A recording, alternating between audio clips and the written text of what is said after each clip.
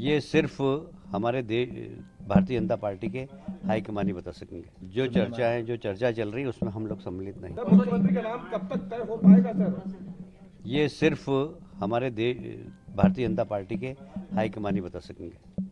कुछ चर्चाएं चल रही हैं कि कब तक, क्योंकि इंतजार लंबा हो चुका है। जो चर्चा चल रही है उसमें हम लोग सम्मिलित नहीं। क्या रविवार तक कुछ नाम आपको लगता है कि डिक्लेयर होंगे? इस बारे में मैं कोई टिप्पणी नहीं कर सकता क्योंकि मैं उस चर्चा में सम्मिलित नहीं हूँ। सर, आपकी मुलाकात हुई सर किसी से, मोदी जी से या नड्डा जी से, शाह जी से, अमित शाह जी से? मेरी मोदी जी को छोड़कर सबसे मुलाकात हुई, बाकी इस विषय में कोई चर्चा नहीं। तो सर हम जिज्ञासु लोग कब तक सर उम्मीद लगाएं मध्य प्रदेश में नए सीएम के चेहरे की? इंतजार का फल मीठा होता है। तो आप ही कार्यकर्ता उम्मीद कर रहे हैं आप भी बने? और कुछ आपका भी नाम चर्चाओं में चल रहा है क्या? उसको लेकर कुछ आप जो कर दें वो कम है। पत्रकारों की दुनिया है ये। पत्रकार जिसका नाम चला दे उसका चलने लगता है। कांग्रेस से फिर आज पूरे दिग्विजय सिंह जी बाहर निकले थे।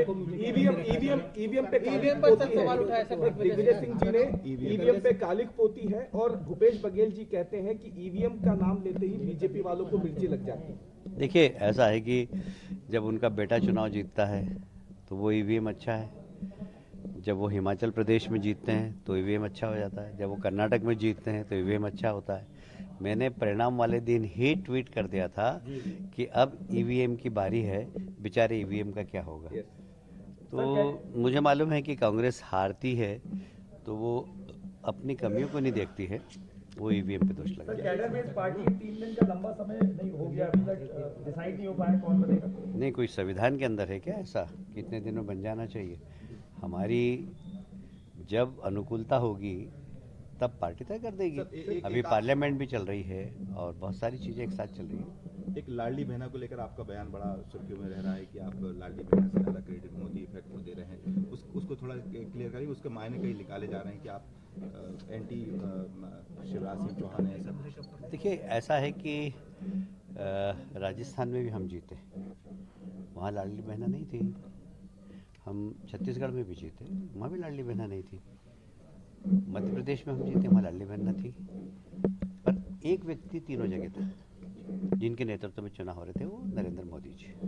वो तीनों जगह थे और मैं तो हमसे बड़ी, मध्य प्रदेश से बड़ी विक्ट्री छत्तीसगढ़ की मानता हूँ कि बहुत बड़ी जीत हुई है वहाँ पर। और इसलिए ये जो भी जीत का श्रेय है वह मोदी जी को है, अमित शाह जी की रणनीति को है। नड्डा जी ने जो पोलिंग बूथ और पन्ना प्रमुख तक टीम बनाई है पूरे देश के अंदर, उसका परिणाम। सर एक जरूरी सवाल सर, जिस तरह शिवराज सिंह चौहान ने कहा है कि मुख्यमंत्री पद का ना दावेदार पहले था ना अबू, और मिशन 29 स्टार्ट करा है। साथ ही राजनाथ सिंह जी का भी बयान है कि इस बार जो 24 के चुनाव होंगे बीजेपी 350 पार जाएगी और एनडीए 400 प्लस होगी।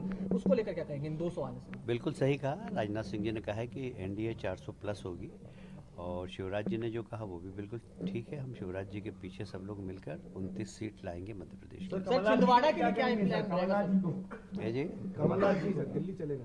कमलनाथ जी नहीं, मैंने तो आपको पहले ही कहा था कि चुनाव के बाद या तो दिल्ली दिखेंगे या विदेश में दिखेंगे। सर छिंदवाड़ा की सीट चैलेंज होगी 29 की 29 जो मध्य प्रदेश सीट उसमें से निकालना। छिंदवाड़ा से लगातार कमलनाथ जी जीतते रहे, कमलनाथ के बेटे जो है नकुलनाथ वो जीत रहे हैं, तो किस तरह से आप देख रहे हैं?